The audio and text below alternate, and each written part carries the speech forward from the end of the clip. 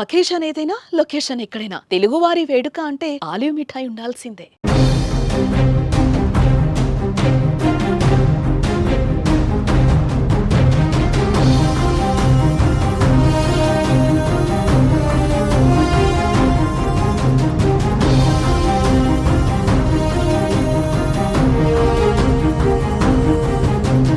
Operation Sindoor తర్వాత ప్రపంచ వేదికలపైన China గురించి మాత్రమే ఇప్పుడు చర్చ జరుగుతోంది.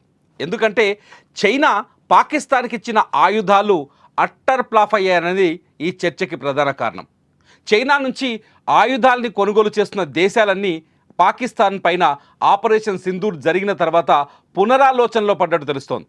చైనా నుంచి ఏ ఆయుధం కొనుగోలు చేసినా అది పెద్దగా పనిచేయదని, దీపావళి టపాసులాగా పేలిపోతాయని ప్రపంచ దేశాలు ఆలోచిస్తున్నట్టు తెలుస్తుంది. ఈ మాటలు అంటున్నది నేను కాదు. అమెరికాలో ఉన్న మోడర్న్ వార్ ఇన్స్టిట్యూట్లో advanced war fair studies chairman Spencer అనే వ్యక్తి ఈ మాటలు చెప్తున్నారు. జాన్ స్పెన్సర్ ఈయన ప్రపంచ దేశాల్లో యుద్ధాలు జరిగిన తీరు, యుద్ధాల్లో వినియోగించిన ఆయుధాలు అవి పనిచేసిన తీరు పైన స్టడీ చేస్తారు. ఈ తాజాగా ఆపరేషన్ సింధూర్ పైన ఈయన స్టడీ చేశారు. మే 7వ తేదీన భారత త్రివిధ దళాలు పాకిస్తాన్ భూభాగంలోకి వెళ్ళి అక్కడ ఉగ్రవాదులపై దాడి చేసిన తీరు, ఉగ్రవాద స్థావరాలపై దాడి చేసిన తీరు, ఆ తర్వాత మే 10వ తేదీన పాకిస్తాన్ భూభాగంలో ఉన్న 9 నగరాల్లో 90 నిమిషాల్లో 11 ఎయిర్ బేస్లని ధ్వంసం చేసిన తీరుపైన ఆయన స్టడీ చేశారు. ఈ స్టడీ పైన ఆయన ఒక ఖచ్చితమైన అభిప్రాయాన్ని వ్యక్తం చేశారు. ఆ అభిప్రాయంలో చాలా స్పష్టంగా చెప్పారు, భారత బ్రహ్మోస్ క్షిపణి ముందు చైనా టెక్నాలజీ నిలబడలేకుండా పోయింది, కుప్పకూలిపోయిందని చెప్పారు. ఎందుకంటే దీనికి 2 సాక్ష్యాలని చెబుతున్నారు స్పెన్సర్స్. మొదటి సాక్ష్యం ఏంటంటే, మే 7వ తేదీన భారతదేశం వదిలిన డ్రోన్లు కావచ్చు, క్షిపణులను కావచ్చు, పాకిస్తాన్ అమలు చేస్తున్న China HQ-9 air defence system ఆపలేకపోయింది, పసిగట్టలేకపోయింది, అడ్డుకోలేకపోయిందని చాలా స్పష్టంగా జాన్ స్పెన్సర్ చెప్తున్నారు. అంతేకాదు, ఒకవేళ యుద్ధం ఆపరేషన్ సింధూర్ తర్వాత కూడా పాకిస్తాన్లో ఉన్న ఎయిర్ బేస్ల పైన దాడి జరిగింది కదా మే 10వ తేదీన కూడా చైనా రాడార్ సిస్టమ్ పాకిస్తాన్కి ఆకాశం నుంచి కానీ లేకపోతే మిసైల్స్ నుంచి కానీ రక్షణ కల్పించేందుకు చైనా ఏర్పాటు చేసుకున్న ఎయిర్ డిఫెన్స్ సిస్టమ్ ఆ దేశాన్ని కాపాడలేకపోయిందని చాలా స్పష్టంగా చెప్పారు. భారతదేశం తయారు చేసిన బ్రహ్మోస్ క్షిపణిని ఎదుర్కోవడం పాకిస్తాన్ వల్ల కాదు అని, ఇటు చైనా వల్ల కూడా కాకపోవచ్చని జాన్ స్పెన్సర్ తన అభిప్రాయంలో వ్యక్తం చేశారు. ఎందుకంటే పాకిస్తాన్లో మే 10వ తేదీన జరిగిన 9 నగరాల్లో జరిగిన 11 ఎయిర్ బేస్ల విధ్వంసం పూర్తిగా బ్రహ్మోస్ ద్వారానే జరిగింది. బ్రహ్మోస్ క్షిపణియే ఈ దాడులకు వాడారు. ఈ క్షిపణినే ఈ బ్రహ్మోస్ క్షిపణి పాకిస్తాన్ దగ్గర ఉన్న యాంటీ ఎయిర్ డిఫెన్స్ సిస్టమ్ బ్రహ్మోస్ని పసిగట్టి ఆపలేకపోయాయని చాలా స్పష్టంగా చెప్పారు.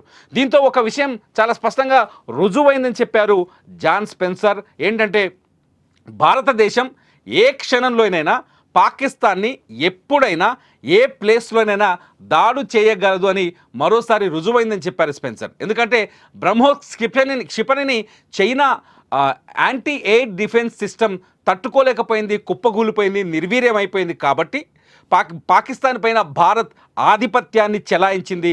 భారత మిస్సైల్ బ్రహ్మోస్ క్షిపణి పాకిస్తాన్ పైన పూర్తి స్థాయి ఆధిపత్యాన్ని సాధించి భారతదేశానికి విజయాన్ని అందించిందని కూడా చాలా స్పష్టంగా చెప్పారు. పాకిస్తాన్ అక్కడ మేము విజయం సాధించాం, యుద్ధంలో గెలిచామని సంబరాలు చేసుకోవచ్చు, కానీ ప్రపంచం మొత్తం పాకిస్తాన్లో ఏం జరుగుతుందో చూస్తుంది.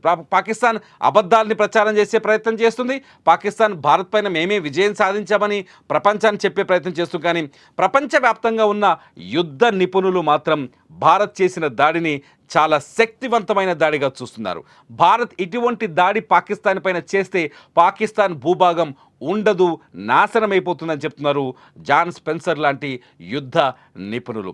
జాన్ స్పెన్సర్ చెప్పిన వ్యాఖ్యలు ఇప్పుడు ప్రపంచవ్యాప్తంగా సంచలనంగా మారాయి. ఎందుకంటే బ్రహ్మోస్ క్షిపణి పాకిస్తాన్ని సర్వనాశనం చేసిందనే వార్తను తీసుకుపోవడంతో పాటు చైనా ఆయుధాలు సర్వనాశనం అయిపోయాయి బ్రహ్మోస్ క్షిపణి ముందు అనే విషయం చాలా స్పష్టంగా ప్రపంచానికి అర్థమైంది.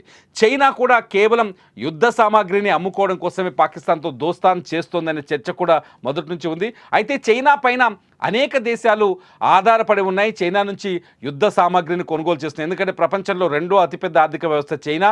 ప్రపంచంలో అమెరికా తర్వాత చైనానే అతిపెద్ద ఆర్థిక వ్యవస్థగా ఉంది. అతిపెద్ద ఆయుధ తయారీ కర్మాగారాలు కలిగి ఉంది.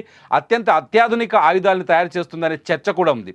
అటువంటి చైనా ఆయుధాలు మన దీపావళి టపాసుల్లా పేలిపోతున్నాయి, లేకపోతే తోక టపాసుల్లా నేల కూలిపోతున్నాయనే చర్చకు జాన్ స్పెన్సర్ తీసుకొచ్చిన వాదన, ఆయన పరిశోధన దారితీసినట్టయింది. జాన్ స్పెన్సర్ చెప్పిన మాటలు ఇప్పుడు చైనా నుంచి ఆయుధాలు కొనుగోలు చేస్తున్న మిగతా దేశాలకు కూడా వెన్నులో వణుకు పుట్టిస్తుంది. చైనా ఆయుధాలని కావచ్చు, చైనా ఎయిర్ డిఫెన్స్ సిస్టమ్ కావచ్చు, భారతదేశం తయారు చేసిన బ్రహ్మోస్ క్షిపణిని అడ్డుకోలేవనేది ఇప్పుడు అతిపెద్ద ప్రశ్నగా మారుతుంది.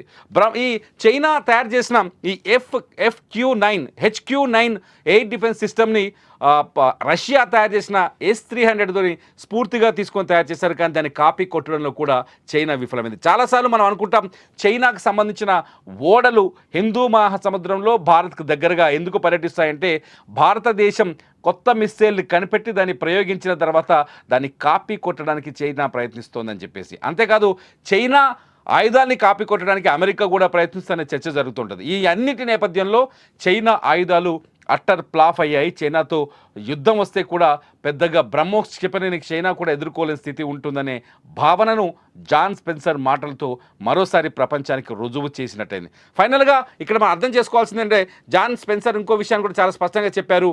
భారతదేశం చేసిన దాడిని, ఏదైతే పహల్గామ్ దాడి తర్వాత ఉగ్రవాదులను ఏరివేసేందుకు భారత్ మే 7వ తేదీన అంటే మే 6వ తేదీ రాత్రి, మే 7వ తేదీ తెల్లవారుజాము సరికి ఎక్కడైతే 9 చోట్ల దాడులకు పాల్పడిందో, 9 చోట్ల ఉగ్రవాద స్థావరాన్ని ధ్వంసం చేసిందో ఆ ఉగ్రవాద స్థావరాలతో పాటు మే 10వ తేదీన పాక్ మళ్ళీ ఎదురుదాడికి దిగిన తర్వాత మే 10వ తేదీన భారత వైమానిక దళం పాకిస్తాన్ భూభాగంలోకి పరిగెత్తుకుంటూ వెళ్ళి వాళ్ళ చైనా రాడార్ వ్యవస్థని, అంటే చైనా అందించిన రాడార్ వ్యవస్థ, పాకిస్తాన్ దగ్గర సొంత రాడార్ వ్యవస్థ లేదు, చైనా అందించిన రాడార్ వ్యవస్థను కూడా భారత వైమానిక దళం బ్రహ్మోస్ క్షిపణుల ద్వారా ధ్వంసం చేసి రావడం, ఇదంతా పాకిస్తాన్కి తీవ్రమైన నష్టాన్ని కూడా కలిగించిందని చెప్పేసి జాన్ స్పెన్సర్ చాలా స్పష్టంగా చెప్పారు.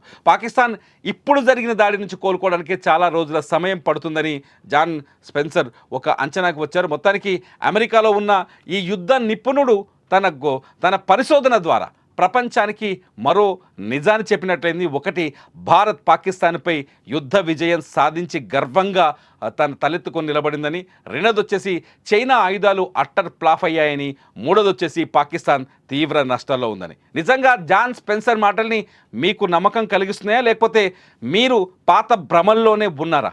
భారత్ ఎందుకు యుద్ధాన్ని ఆపేసింది, సీజ్ ఫైర్కి ఎందుకు ఒప్పుకుందనే భ్రమల్లోనే మీరు ఇంకా బతుకుతున్నారా? అయితే మీ అభిప్రాయాన్ని ఈ వీడియో కింద ఖచ్చితంగా కామెంట్ చేయండి. చూస్తూనే ఉండండి సుమన్ టీవీ.